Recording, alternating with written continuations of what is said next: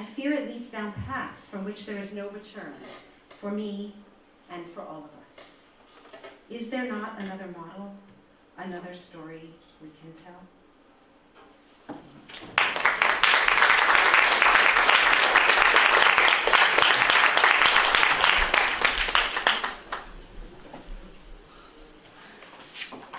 On a very simple level, you've made me feel better. I've been regretting something I said to my students on Thursday, which was basically, you should be outraged every day when you wake up in the morning.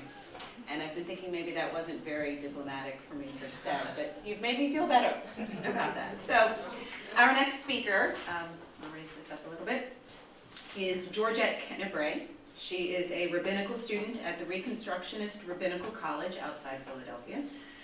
Coming from a military family, she was born in Japan and has lived in countries from Turkey to France.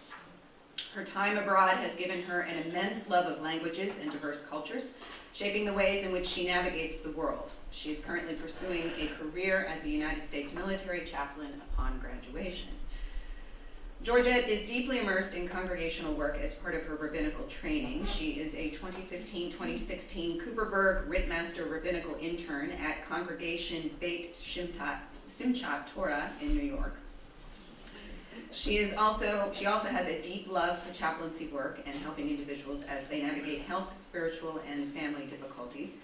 She recently served as a chaplain intern at the Abramson Center for Jewish Life, supporting residents and their families through pastoral care and service leading. She has been a member of Hebra Kadisha Society in both Colorado and Pennsylvania for a number of years, and feels blessed and honored to participate in this incredibly moving work. Georgette is a current Wexner Graduate Fellow. She earned a joint master's degree in Near Eastern and Judaic Studies and Women and Gender Studies from Brandeis University in 2008. Her thesis is entitled Jewish Roads to Legalize Gay Marriage in Massachusetts, a case study of 6 Jewish lesbian couples. Following graduation, she relocated to Denver, Colorado, establishing a career in higher education administration at the University of Denver before beginning her journey to the rabbinate.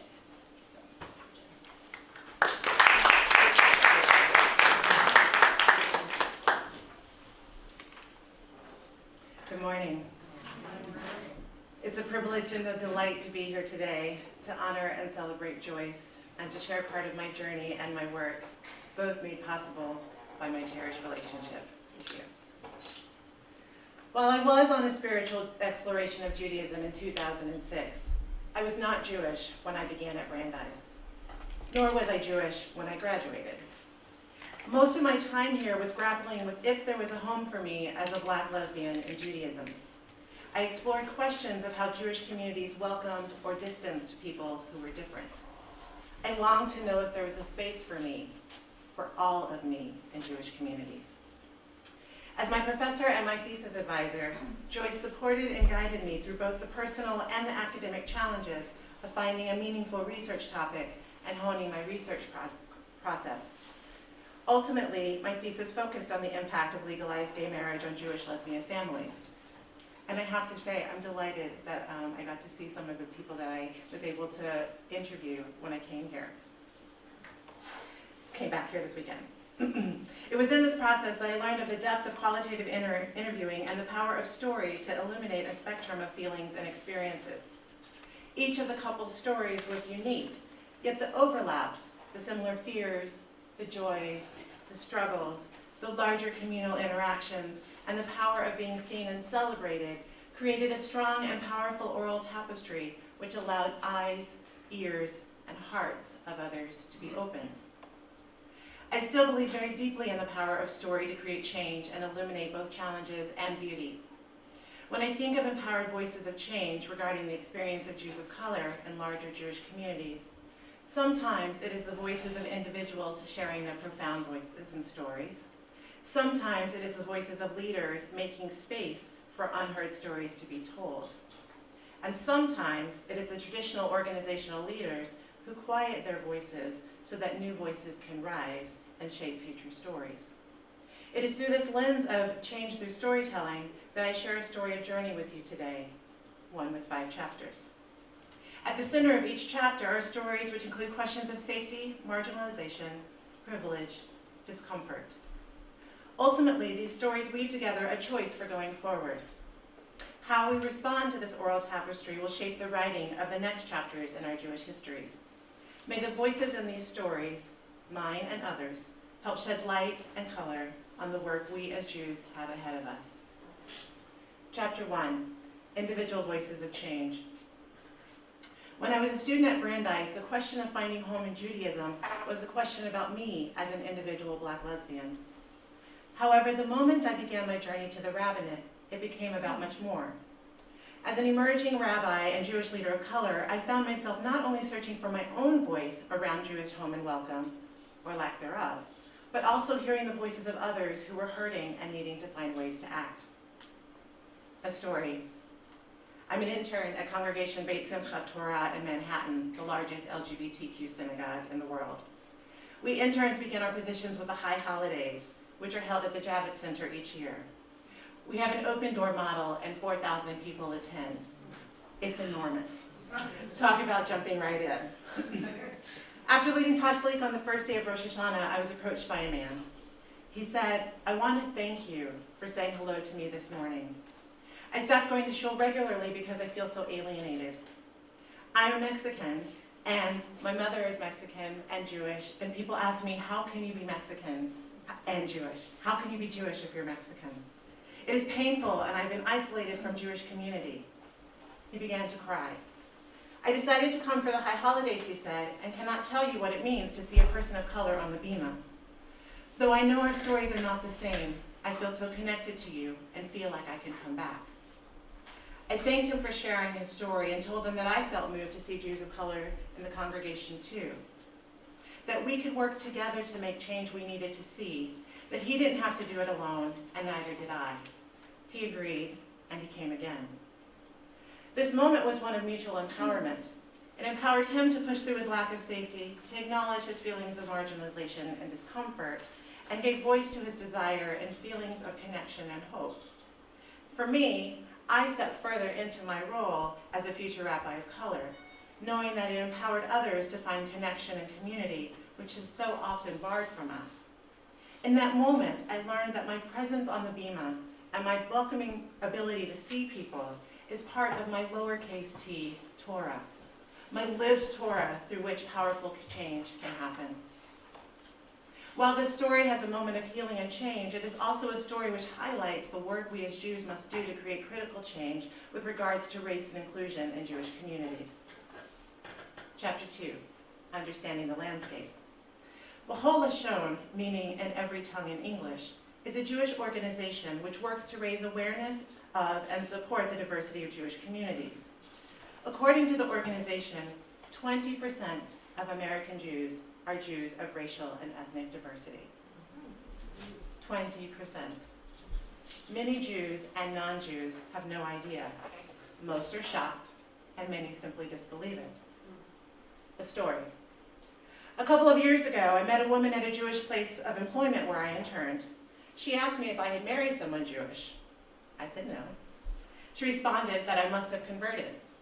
Many Jews of color get this statement, which is frustrating on numerous levels. I responded in my typical fashion that yes, I did convert, but that it is not a given. There are many Jews of color, and a number of them were born Jewish. She challenged me, saying, there are not lots of Jews of color. I explained that there are indeed, giving the above statistic, and stating that I have many friends who are Jews of color as part of that statistic. She actually then told me I was wrong, saying, of course, she would know better because she was born Jewish and had taught in Hebrew schools her entire life. It never occurred to her that maybe the Jews of color were not in her school, or that the people of whom I was referring were not fabricated, or simply that maybe she was wrong.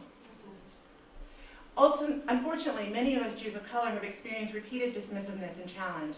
We are made to be invisible. We experience microaggressions regularly. As a result, many of us have stopped coming to synagogue or participating in communal Jewish life.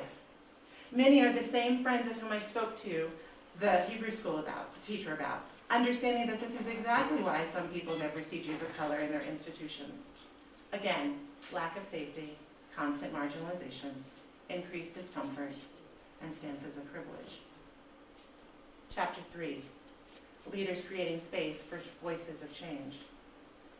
The repeated onslaught is real. Marginalization is a regular part of a Jew of color experience for most of us. What does this look like? Vignettes of being mistaken for the janitorial or security staff. Slights of asking a 13-year-old black boy in a suit to please take an empty wine glass to the kitchen during a bar mitzvah, except that said boy is the one having the bar mitzvah ceremony. It happens all the time in multiple ways. So what is my role as an emerging black rabbi, and what is our responsibility as a larger Jewish community? Both I, as a Jewish leader of color, and white Jewish leaders are called to raise awareness of the racial imbalances and perpetual microaggressions in Jewish spaces. We need to openly discuss issues of privilege, Ashkenazi privilege and white privilege, and the impact this has on our environments. When our synagogue walls, websites, and brochures only show white Jews, we are sending a message that Jews of color either don't exist or we shouldn't exist here. If we don't have any Jews of color in our visual materials and in our communities, then we need to start asking ourselves, why not? And simply not having Jews of color in our communities is not a valid reason for not having them in our materials. We must acknowledge that we are marginalizing the Jews of color we know and those we don't know. Microaggressions have to stop. When a white Jew says to a Jew of color, "Oh, there must be a great story there," it is inappropriate. Might there be a great story? Yes. Are they entitled to it? No. Not simply because they want to know. These stories are shared in the building of a relationship, not in the potential establishment of one. I invite you to do an internal activity with me. I invite each of you to think about your religious journeys. Whether you are Jewish, Christian, Muslim, pagan, atheist, Buddhist, spiritual but not religious. Think about if you have a straightforward or complicated relationship with your religion or spirituality, or lack of spirituality. If it has remained constant or if it has evolved. If your stance and decisions around religion came easily with no angst, no questions, no grappling. Think about it for just a moment. Without raising hands, my guess is, it's okay, thank you. My guess is that most people would say the relationship was neither a simple nor a straight path. Now, imagine we are about to say Kiddush at shul. I'm using a Jewish ritual moment, but please think of one that might be similar in your own tradition. Cups of wine or grape juice are in hand. Now imagine me walking up to you and saying, "I am so glad you are here. You must have a great story. So intrigued. How exactly are you Jewish?" We have 30 seconds before Kiddush begins. That should be enough time, right? This is not received as a sign of welcome and relationship building. Rather, it is an indication that one is being othered, that the curiosity of the story is of utmost importance, not the person. Relationship building, while perhaps of interest, is not the priority. Marginalization, safety, discomfort, a place of privilege. It happens regularly. Chapter 4. So what do we do? How do we fix this? What shifts in dynamics and stories and leadership and relations have to happen in order for empowering stories of change to be shared, not over the Kiddush cup, but in holy conversation? We have to be ready to get or remain uncomfortable. All of us. This is a hard one. Many Jews of color are simply tired of educating. We have been uncomfortable for a long time, explaining, overlooking, being patient. As I stated before, many are simply opting out, and it is all of our losses. As controversial as it may sound, though, we need to engage. Yes, we need to individually practice self-care and decide which conversations to engage. Perhaps a child's bar mitzvah ceremony is not the place to have a Jew of color teaching moment. But I, as a leader, must engage in the conversation. Jews of color as congregants and as former congregants need to engage, and white Jews need to engage. We must create brave spaces for voices of change to be shaped and heard.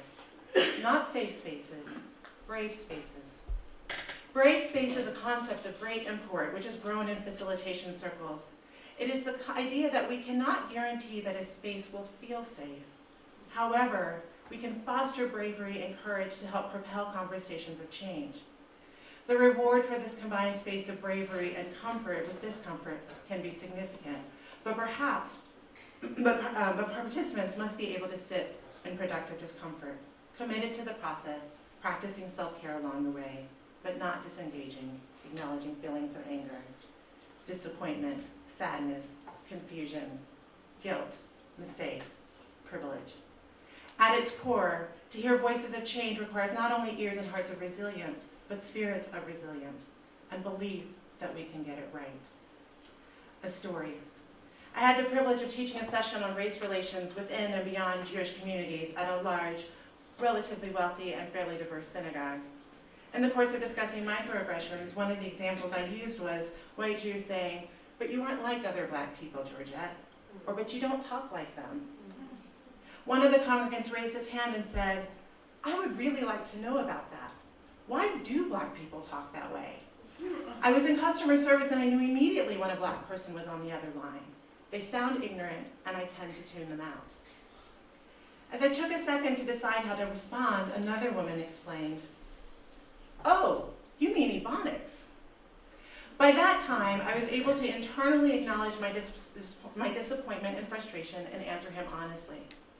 Different communities consist of varying cultural norms and ways of being and talking. Some people make similar judgments about individuals who speak with a drawl from the South. Pirkei Avot 4:1 teaches us, "Who is wise? The one who learns from all people." Just because someone does not speak the same does not mean they are ignorant or unworthy of one's attention, and engaging with people of color, Jewish and non-Jewish, with this stance only further marginalizes them. We were able to continue into a fruitful conversation in which I later introduced a powerful text dealing with race relations and a Jewish response to Ferguson. A sermon by Rabbi Michael Rothbaum entitled Ferguson, Vergessen. We would not have gotten to this text if the communication had broken down at the moments of offense and discomfort, but we were able to continue our learning. The session ended with the congregants wanting to learn more. It was a success, made possible in part because we were all willing and able to sit in the discomfort, to give room for ignorance, offensive questions, powerful questions, uncertainties, and knowledge. Most people don't want to be seen as racist and are afraid that they may speak wrongly. They need the space to speak their truth, though, from their current place of understanding, to not be shamed for where they are generally, because it is not with bad intent. It is hard to make a space for that when it involves one's pain and one's worry, but we must. I was glad that I was resilient, both for the fruits of that day and for the fruits that kept coming. A week later, I received an email from a congregant. She explained that she took the text and shared it with her friends in the Hamptons over a long weekend. She requested that they sit, read it together, and discuss. And while the contents of the conversation were, of course, confidential, she assured me that change occurred. She was able to use her voice to help others see differently. Sometimes we need to be patient through preliminary pangs of growth in order to mature in a new way, to empower voices of change. Which brings me to another point. We need to support white ally trainings and white-only groups. As Jews of color, we need to know that there are people who are doing important, powerful, and preliminary work that can be done without microaggressions toward the Jews of color who are facilitating. We need all the formulas and all the ways of holding these conversations. Chapter 5. Traditional leaders quieting their voices to allow new voices to rise. Finally, we need to expand on what and how our allies care with us at an institutional level. Looking back at my studies at Brandeis and my early journeys as a Jew, essentially, I wanted to make sure I felt welcomed. It was really a hope that I would be accepted and simply allowed to attend and participate. I had little on my radar regarding if the process of welcoming was appropriate, or if the ways in which I would be allowed to participate were problematic. As an emerging Jewish leader of color, I'm no longer there. I don't simply want a place in the pew, a welcome at the door. I want to be at the table, and I want to be on the leadership team in general, and at the helm for some projects in particular. This is not about thirsting for power, it is about empowering far-reaching change. A trend has been for Jews of color, Jews of privilege, allies who want to make a difference, to create a plan or program with a focus on race and diversity, and invite Jews of color to attend. with little to no part of the creative process. This additive approach is not empowering, it is marginalizing. It is asking us to give our voices to a cause and a strategy which might not actually address the issue effectively or appropriately or at all. If an issue does not deeply impact the person in leadership, then he or she should not be leading solo, certainly not without input from others for whom the stakes are higher. A story. On multiple occasions, I've received emails and phone calls from well-meaning colleagues saying that they are creating a session of teaching the next day or week on issues of race in the country and how Jews can respond, or be more welcoming to Jews of color. They have their materials, the idea, the frame. They just want me to help them figure out how to facilitate it well so that it is properly received. The problem is that sometimes the material is inappropriate, offensive, and at times racist. And I can't give ways to properly facilitate a bad idea, and there's not time to help them reshape it. One colleague once said to me, when I said that he shouldn't perhaps go forward with that session, but that I would sit with him later and think about future ones, that he was angry that I didn't give constructive feedback. And then he sat with it and realized, actually, that was the constructive feedback. And I appreciated it because he realized that his strategy was flawed and that if we did it together, it could be more effective. When an organization or individual envisions a racially diverse project and then gives us tasks as Jews of color to help bring it to fruition, that is not empowerment, that is delegation. Rather, Jewish organizations have to get ready to let go, to collaborate, to not be the lead. This was well modeled by Jay Fridge, Jews for Racial and Economic Justice, with the creation of the Black Lives Matter Haggadah last year, in which Jews of color were given the creative reins to shape the project. The allies provided structural, financial, and thought partner support in the process. Another positive example is some of the Jews of color cohorts being envisioned in various organizations. When Jews of color are given license to shape the questions, the applications, the trainings, that is empowering both current and future Jewish leaders of color, as well as influencing the direction of the larger organization itself. The Selah Leadership Program, a project of Ben the Ark, has very thoughtfully taken this approach with its upcoming Jews of color cohort, allowing Jews of color to feel empowered in the process and the outcome. Anything less than this runs the risk of being patronizing and missing the mark. But what about concerns of the outcome? Institutions have a mission and a vision. To this, as an emerging Jewish leader of color, I will say, it is hard for Jews of color to walk into an institution and remain there with much of the unintended but painful experiences we endure. If we continue coming and raising our hands and our voices to participate, it is because we too believe in the mission. As for vision, it is true that the vision might change if Jews of color are empowered to be vocal in the work and the process. I will gently say, perhaps that's the point. The vision was too narrow or has outrun its course if it did not originally include Jews of color at the table. We as Jewish leaders of color and congregants of color are aiming for an expanded vision that makes room for all of our voices and experiences. God willing, I will graduate from the Reconstructionist Rabbinical College in June of 2017. I will be the first African American to graduate from my movement and will join a small but growing group of rabbis of color across denominations. It is a huge honor and responsibility. Part of both educational learning and conferences of learning is to provoke action. So I leave us with these questions. What will be the next chapter of this story? What roles will we play? Which stories will we share? Which stories will we learn? Will we write? Will we facilitate? And when will we do it? Will we find time over a Kiddush cup or over a lifetime of holy conversation? I believe that our cup can run over together. Our stories can pour forth. I thank you for listening to the first few chapters of this journey, and I thank Joyce for helping me to find my voice, to begin telling these stories, and encouraging all of us to co-write new ones, which will be proud for all of us to tell. That is empowering Voices for Change.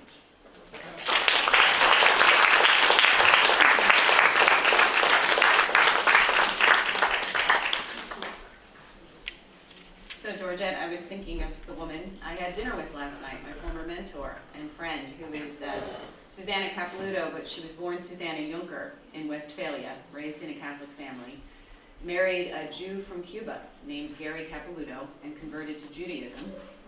And I do remember a number of years ago, they were laughing about it, but telling me how many people thought that the conversion was Gary converting because of Susanna, not Susanna converting because of Gary, because they had a hard time wrapping their heads around two things. The idea that the name Capilouto was a Jewish name, and then also the idea that somebody from Cuba would be Jewish. So yeah, thank you. I'm going to share that with her when I see her later today. So our next speaker is Melissa Silverstein. She is the founder and editor of Women and Hollywood, which educates, advocates, and agitates for gender parity across the entertainment industry. She is the artistic director and co-founder of the Athena Film Festival, a celebration of women and leadership at Barnard College in New York City. The 6th annual festival will take place from February 18th to the 21st, 2016, just FYI. She was recently in India, where she was a film envoy for the American Film Showcase, the major film diplomacy program of the U.S. Department of State. She also published the first book from Women in Hollywood. It's called In Her Voice, Women Directors Talk Directing, which is a compilation of more than 40 interviews that have appeared on the site. So, Melissa.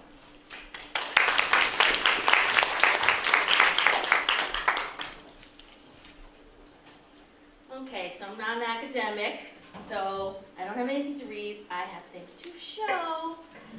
Okay, so here we go. You guys might want to, yeah. So, pushing for gender equality in the entertainment business. First, my joy story. I walk into my class a really long time ago, 25 years, more than that, years ago.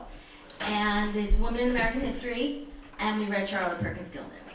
I walked into that class a total idiot, and I came out a feminist because of Charlotte Perkins Gilman and Joy.